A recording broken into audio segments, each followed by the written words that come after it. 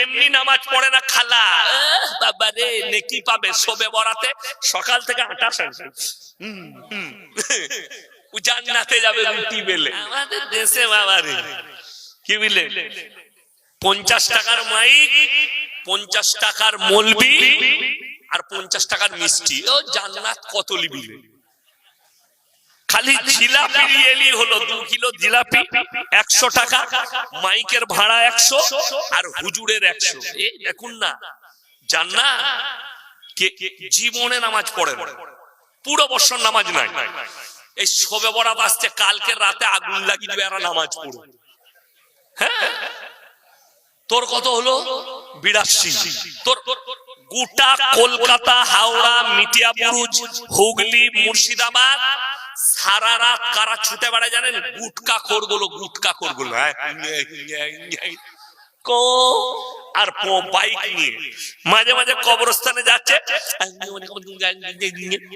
আমি আস্তে আস্তে বর্ধমানে দেখলাম টাউনে কবরস্থানটা লাইটিং দিয়ে সাজিয়েছে। দুঃখ হচ্ছে ও মুসলিম ভাইরা দেওয়ালিতে ঘর সাজায় আর এরা শবে বরাতে ঘর সাজায় আর কবরস্থান সাজায়। লাইট দিয়েছে, বলছে কেন? ঘরেতে মোমবাতি দেয়, মোমবাতি। বেদাতিরা কি বলছে? বলছে তোর দাদু আসবে শবে বরাতের দিনে হোঁজট খেয়ে যাবে, আলো দে। যা বুঝে করগা মোমবাতি, তার থেকে ভালো গোটা গায়ে লাইটিং করে দে, কেউ হোঁজট খাবে না। তার কি হচ্ছে তা ঠিক নাই, ও আর হালুয়া রুটি খেতে হবে খালা, এদের আর রোগ নাই। একজন গুটকাখোর দেখলাম বলেছে জলসায় আমার নাম করে যে এদের পেটে হালুয়া রুটি। আরে মূর্খ, আমি মুম্বাইয়ে গেলে মাহমুদ আলী রোডে যাই, হালুয়া আর পরোটা কিনে খাই, কোনো অসুবিধা নাই। কোন কে বললে হালুয়া খাওয়া হারাম, কিন্তু শবে বরাতেই হালুয়া রুটি করতে হবে, এক থেকে বড় বেদাত আর কিছু নাই। না এমনি নামাজ পড়ে না খালা, বাবা রে নেকি পাবে শবে বরাতে, সকাল থেকে আটা জান্নাতে যাবে রুটি বেলে। তো জান্নাত পড়ে আছে, নামাজ নাই, রোজা নাই, কিচ্ছু নাই, খালা শবে বরাতের রুটি বেলে আর হালুয়া করে। বিহারের একটা বক্তাকে দেখলাম বলছে হালুয়া বানায়ে হাম কিতাব মে ঢूंढे ও, हलवा किधर है बेटा? हलवा कढ़ाई में रहता, किताब में नहीं। मेरे दोस्त हमको भी मालूम है किताब में नहीं है, इसीलिए तो हम लोगों ने मना किया। तुम्हारा कढ़ाई में है, हमने खाने के लिए मना नहीं की, बल्कि हमने ये मना कर दिया कि तुम सबे बारात में जो हलवा रोटी बनाते हो ये बिदात है, हमने ये मना किया। আমার বন্ধুগণ, আমার ভাই, 5 ওয়াক্তের নামাজ পড়া ফরজ না ফরজ নয়? কথা বলেন ফরজ। এই শবে বরাতের রাতে যতগুলো মাল ছুটে বেড়াচ্ছে তারা সারা বছর নামাজ পড়ে না, খালি শবে বরাতে নামাজ পড়বে। ইমানদারির সঙ্গে মাধ্যমিক পরীক্ষা শুরু হয়েছে না হয়নি? হয়েছে তো আজ থেকে। একটা ছেলে কোনো পরীক্ষা দেয় নাই, খালি হাতের কাজ কর্মশিক্ষা নিয়ে চলে গেছে, দিয়ে স্যারকে বলছে স্যার আমি কত নম্বর পাবো? তাকে ঝাঁটা করে নম্বর দিবে না? দিবে না, বলবে জুতোটা নিয়ে তোকে নম্বর দিচ্ছি, ঝাঁটায়। তো এর জীবনে এক ওয়াক্তের নামাজ নাই।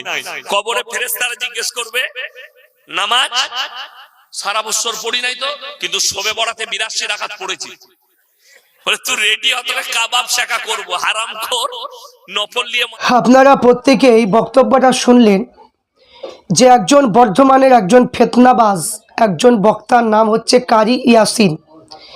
এই কারি ইয়াসিন হালুয়া রুটি নিয়ে মা বোনেদের নামে কিভাবে অভিনয় করলো আপনারা প্রত্যেকে দেখতে পেলেন। যে আপনার যে এমনভাবে হাত বেলে বেলে মানে দেখাচ্ছে যে আপনার ক্যাঙ্গারুর মতো অভিনয় করতে পারে। এর মানে কি ক্যাঙ্গারুর মতো অভিনয় মানে করে দেখালেন যে কারি ইয়াসিন সাহেব। এই যে বক্তা, এই বক্তা সব সময় মানে এ চাই এ মুফতি নয়, এ মুফতি নয়, এ মাত্র একটা হাফেজ। তো সে ফতোয়া দেয়, এমন এমন ফতোয়া দেয় যা গ্রহণযোগ্য ফতোয়া নয়। তো সেই মানুষটা আজ হালুয়া রুটি নিয়ে কিভাবে ফিতনা ছড়াচ্ছে চিন্তা করুন। তাহলে আমি বলবো যে কারি ইয়াসিন সাহেবকে লক্ষ্য করে বলবো, যারা কারি ইয়াসিন সাহেবকে সাপোর্ট করছেন তাদেরকে বলবো যে হালুয়া রুটি নির্দিষ্ট দিনে করা যদি বেদাত যদি হয়, নির্দিষ্ট দিন তারিখ করে যদি বেদাত যদি হয়, অন্য দিনে খালে অসুবিধা নেই, যে ওই দিনে করা যাবে না এই বলে বেদাত বলে তারা মানে কি ফতোয়া দিয়ে বেড়াচ্ছে।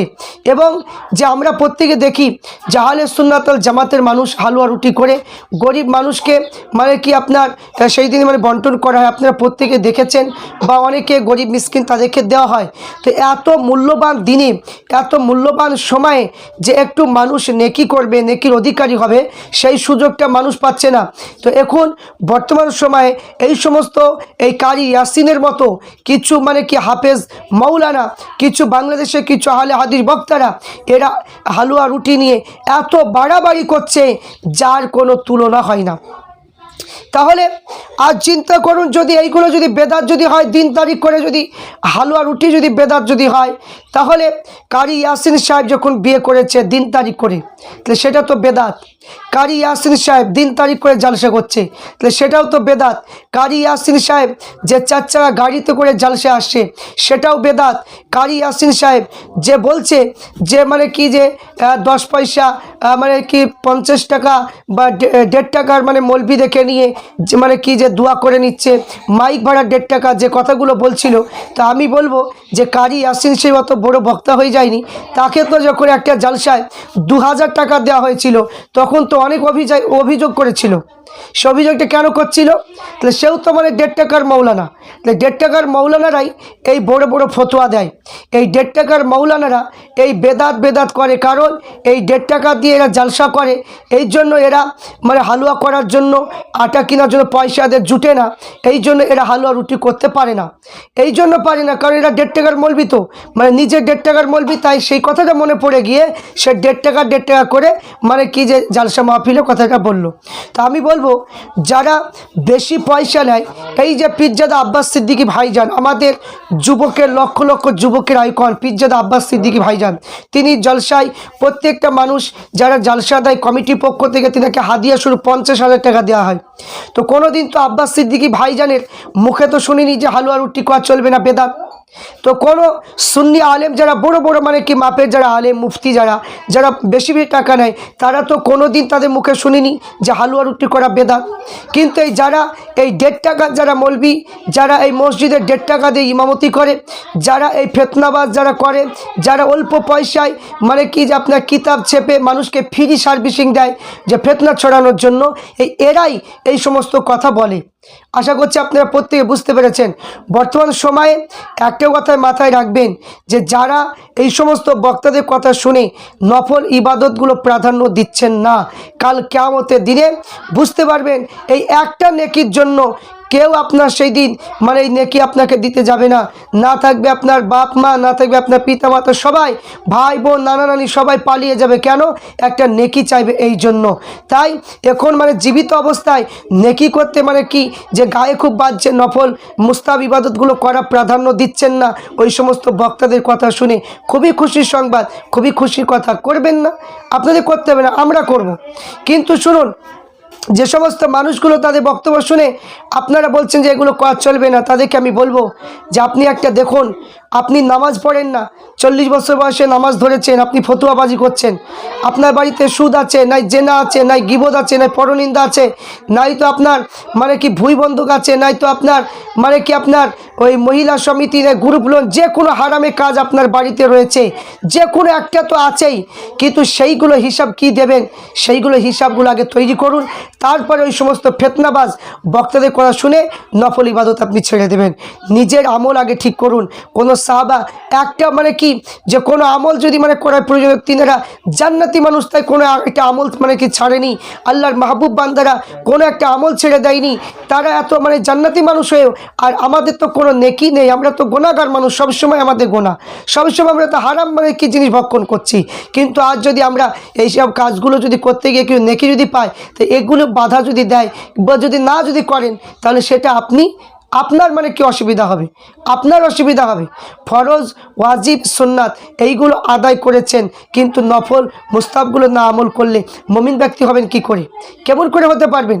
তা আমরা যে সমস্ত মুমিন বান্দাদের মানে কি যারা আল্লাহর ওলি, তিনাদের কিতাব পড়ে আমরা আমল করি, তিনাদের মতো যেন আমরা হতে পারি, তিনাদের মতো যেন আমরা হতে পারি। কারণ আমরা অত বড় আলেম হতে পারিনি, আমরা বড় অত মুমিন ব্যক্তি হতে পারিনি, আমরা কেউ পরেশগারও হতে পারিনি, আমরা কোনো সাহাবা হতে পারিনি, আমরা কোনো অলি হতে পারিনি, কারণ আমরা গুনাহগার মানুষ।